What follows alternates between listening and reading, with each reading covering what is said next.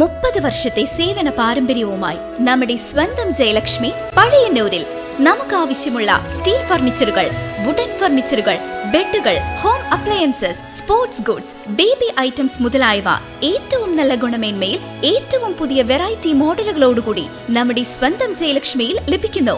Jayalakshmi furniture, home appliances and sports goods, main road, Pazhayannur. Phone 9895653372. മൂന്നാം കേരള കുംഭമേളയ്ക്ക് സമാപനം. ആദിശങ്കര അദ്വൈത അഖണ്ഡയുടെയും എല്ലാ ധർമ്മപ്രസ്ഥാനങ്ങളുടെയും സംയുക്ത നേതൃത്വത്തിൽ നടത്തിയ കുംഭമേളയ്ക്ക് ഇന്നലെ പാമ്പാടി നിളാതീരത്ത് സമാപനമായി. രാവിലെ നടന്ന പരിസ്ഥിതി സെമിനാറിന്റെ ഉദ്ഘാടനം PT നരേന്ദ്രമേനോൻ നിർവഹിച്ചു.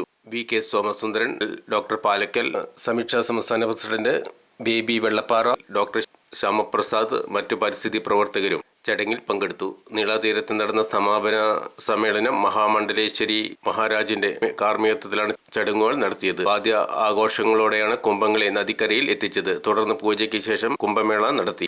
ഇതോടുകൂടി കേരള മൂന്നാം കുംഭമേളയ്ക്ക് സമാപനമായി. നമ്മുടെ കുംഭമേള ത്രിവേണി സംഗമത്തിന് നടക്കും.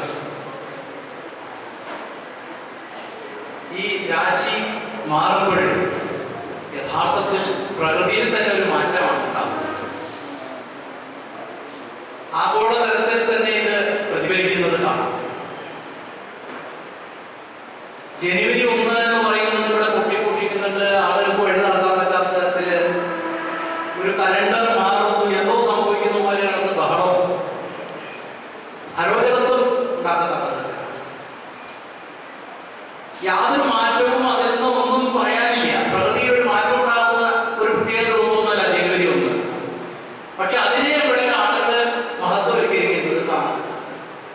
യഥാർത്ഥ മാറ്റം മകരം 1-ാം തീയതി.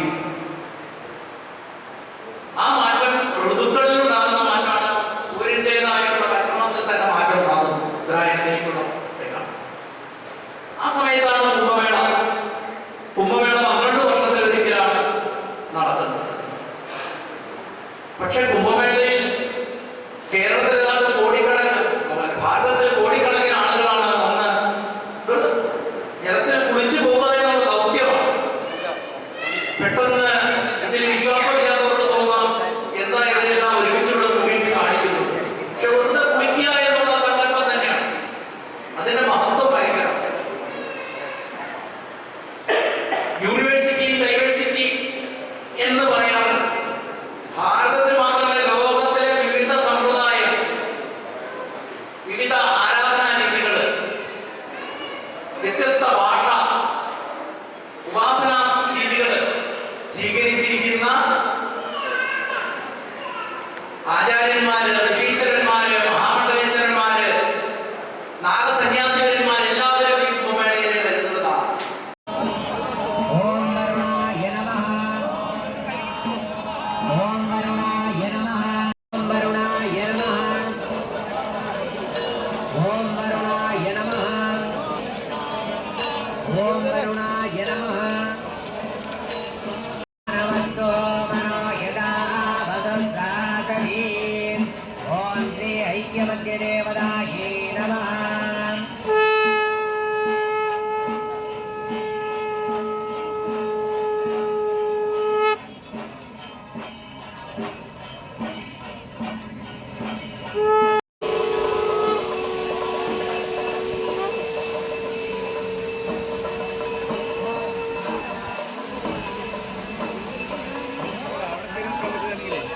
ഒന്നിച്ച് പ്രവർത്തിക്കും എന്ന് മനസ്സാലെ പ്രാർത്ഥിച്ച് ഭാരതപ്പുഴയിലേക്ക് നോക്കി നിൽക്കുക.